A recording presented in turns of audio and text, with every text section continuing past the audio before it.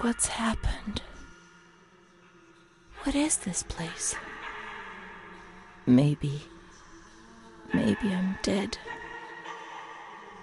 I can't see any light. Maybe I am dead. I can't get up. What's going on? What's happening to me? There's no one here, but these noises.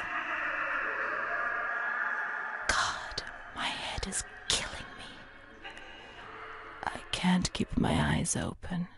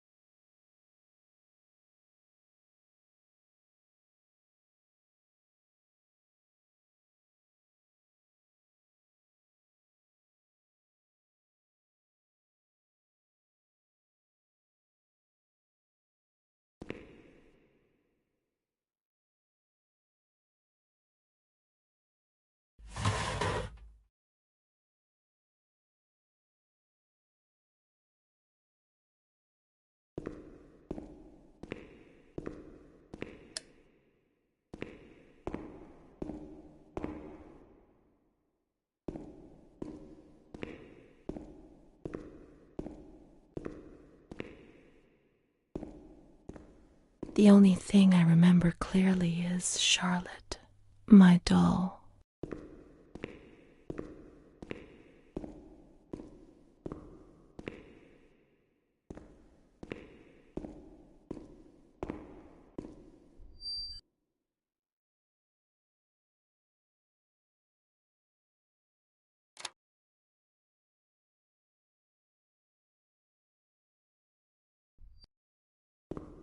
Nobody says we can't. Let's find Charlotte.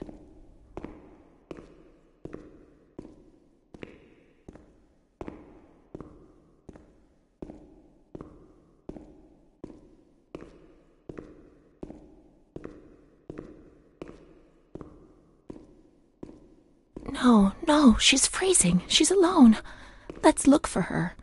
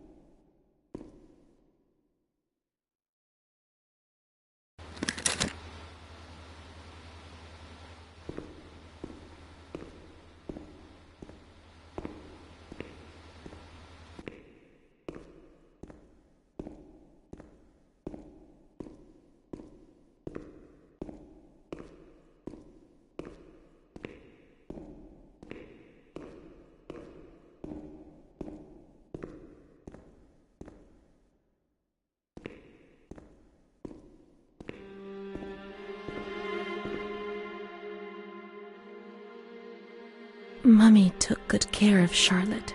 She tucked her in, hugged her, gave her cuddles and kisses.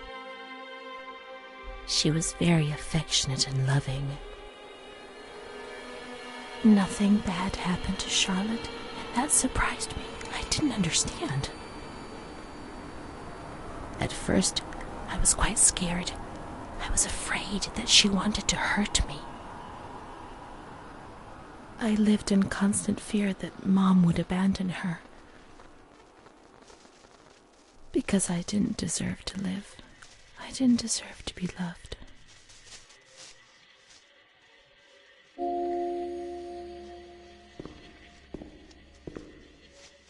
It's cold and it's dark. Look, she's cold. She'll get ill. We can take care of her. Nobody can stop us. Charlotte is a good girl.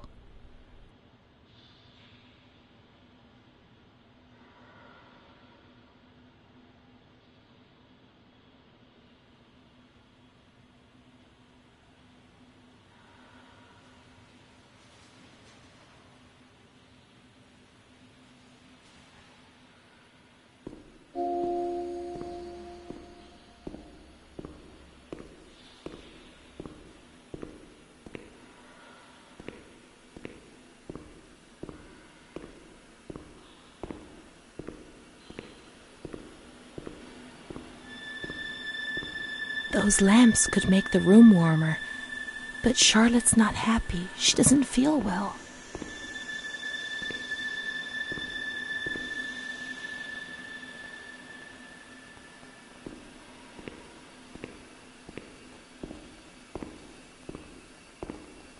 Charlotte is cold.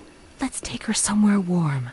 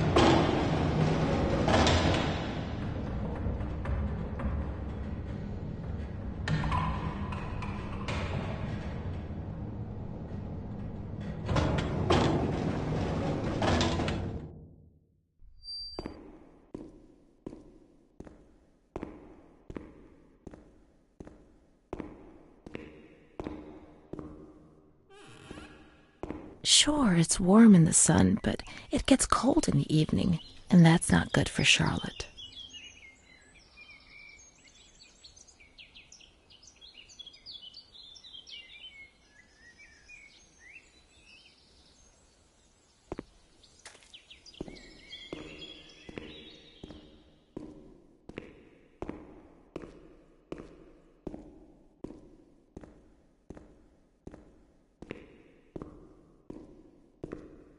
He'll get angry. I know he'll get angry.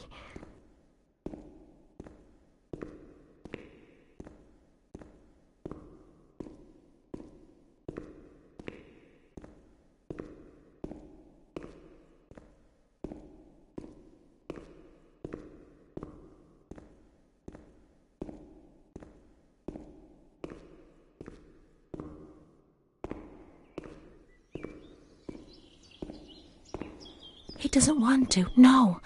In the town of light, he doesn't want to on the ground floor.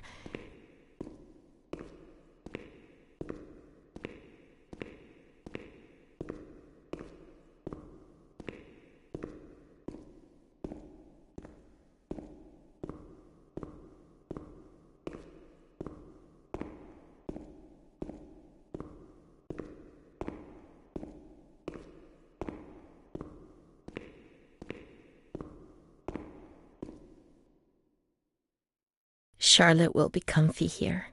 But it's cold. No, it's cold. Don't shiver, Charlotte. The cold will go away. It'll go away.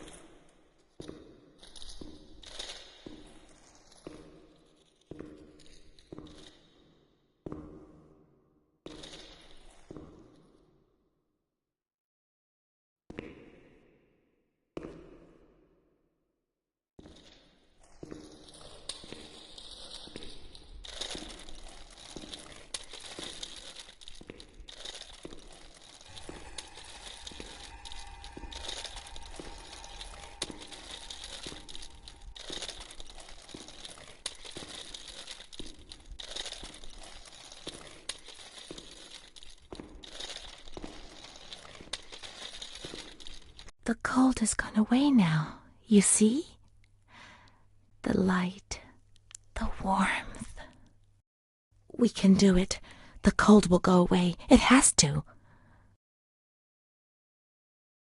Now we can enter the ward where everything started. It all began in the observation ward on the ground floor.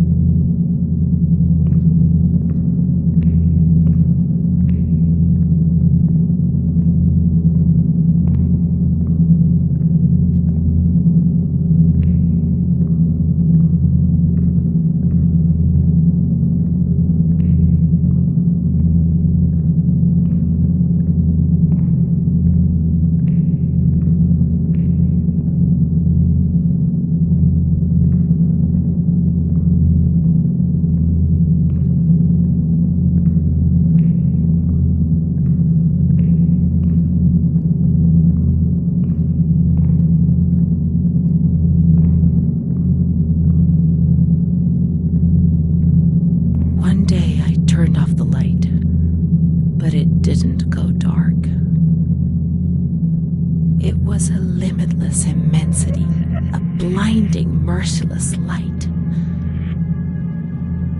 I was 16 years old, and I was afraid, always afraid, a fear that wore me down. I needed help, but I couldn't speak. I was terrified of everything, even thinking. They said they were taking me to a place where the fear would go away, where I would get better. I stopped living in there. They dragged me away and stripped off all my clothes, everything. I tried to explain what was going on in my head.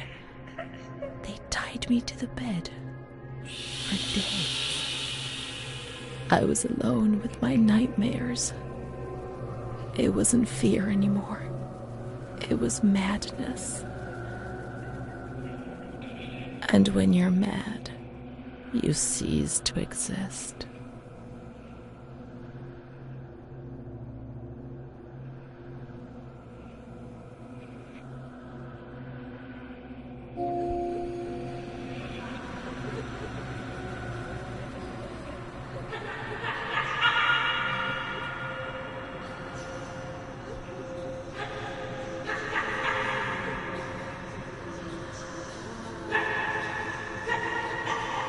She was my only hope in this hell. I was descending down, down among the damned. But that woman and her smile kept me alive.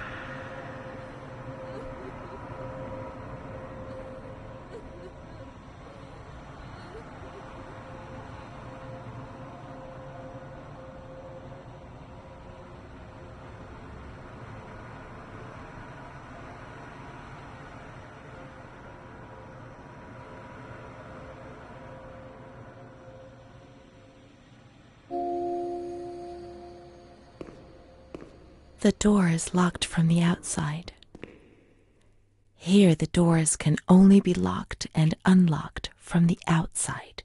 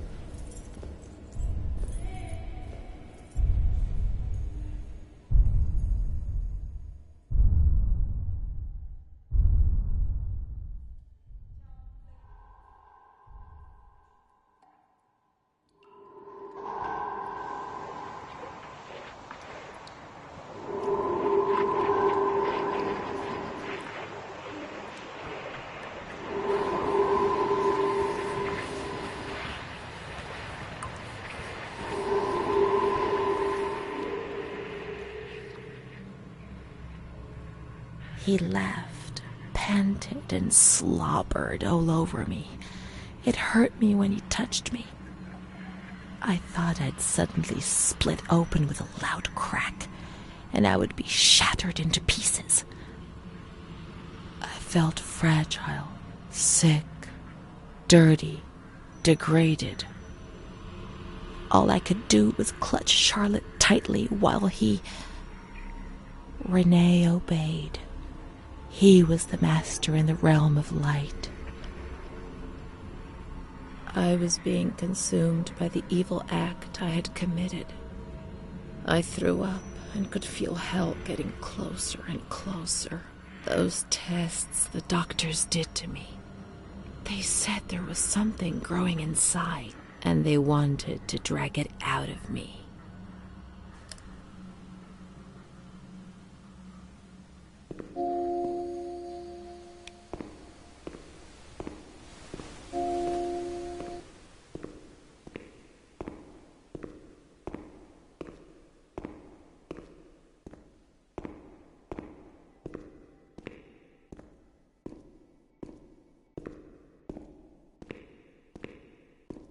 She stayed with Renee during those terrible medical examinations, and that gave her the strength to survive.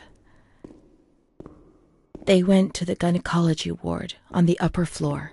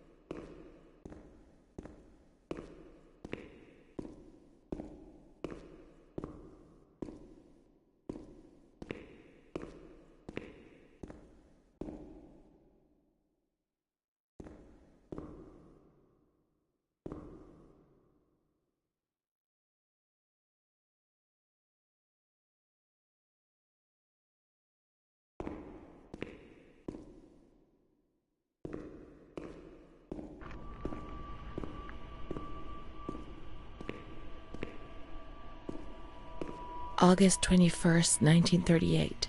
Confidential. Dear A, I know what you think about these things, so I'm referring a patient to you, Renee T. This wretched girl got out of control and caused trouble in the grounds. She's almost 3 months pregnant. The nurses should be more alert. I'm examining the girl on the 28th. I'll handle things very carefully, don't worry. We don't want to make matters worse.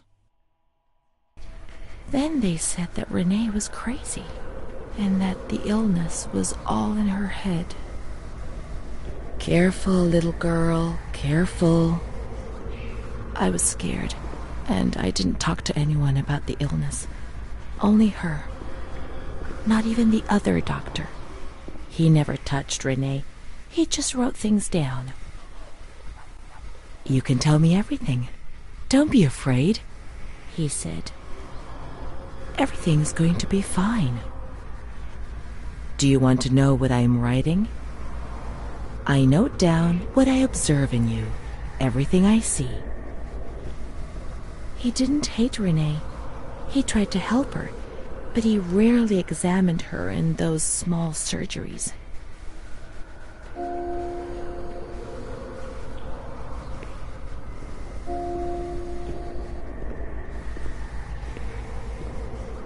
The doctor who wrote things down was in Surgery C.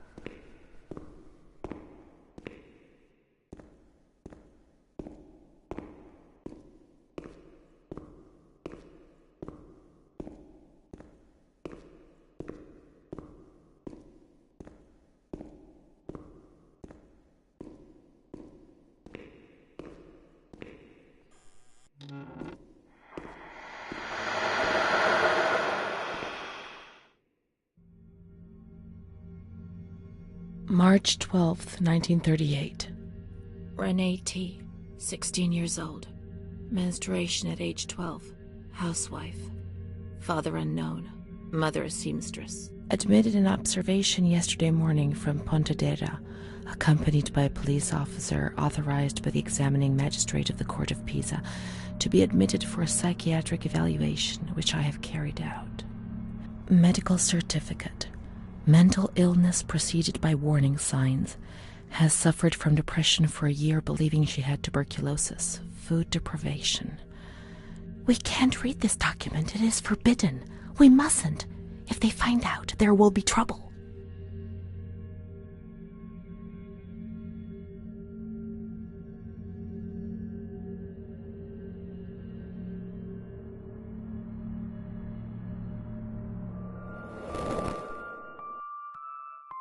Have you ever wondered who you are? Yes, of course you've wondered.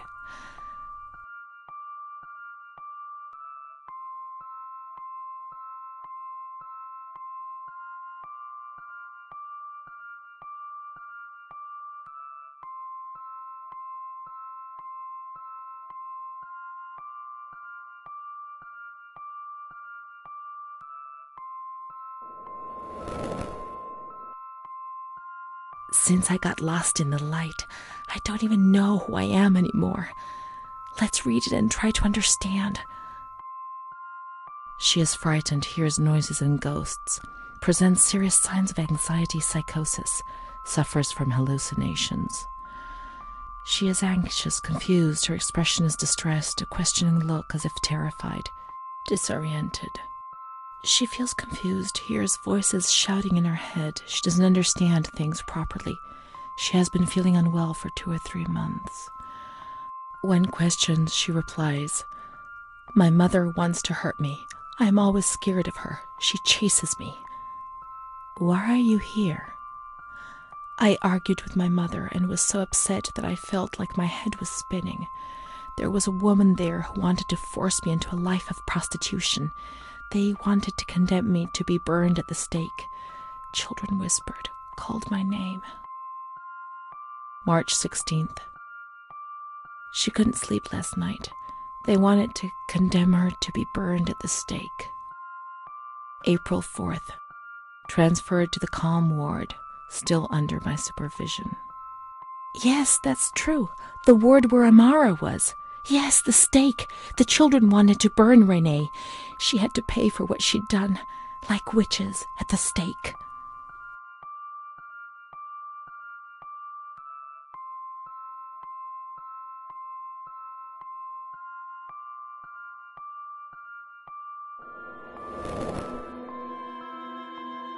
April 21st.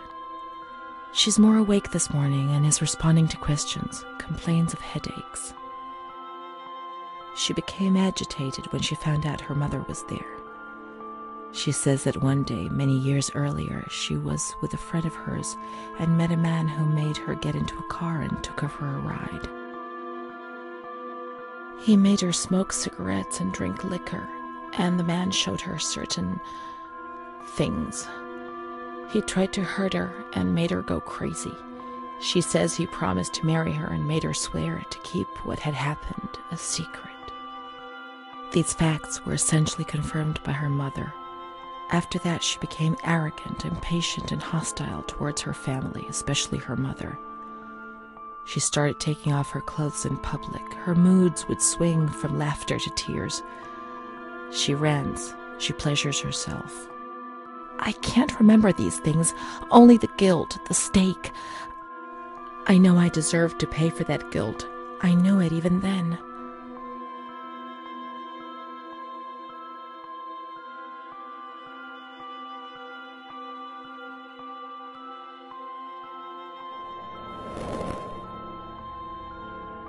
Amara, she was good.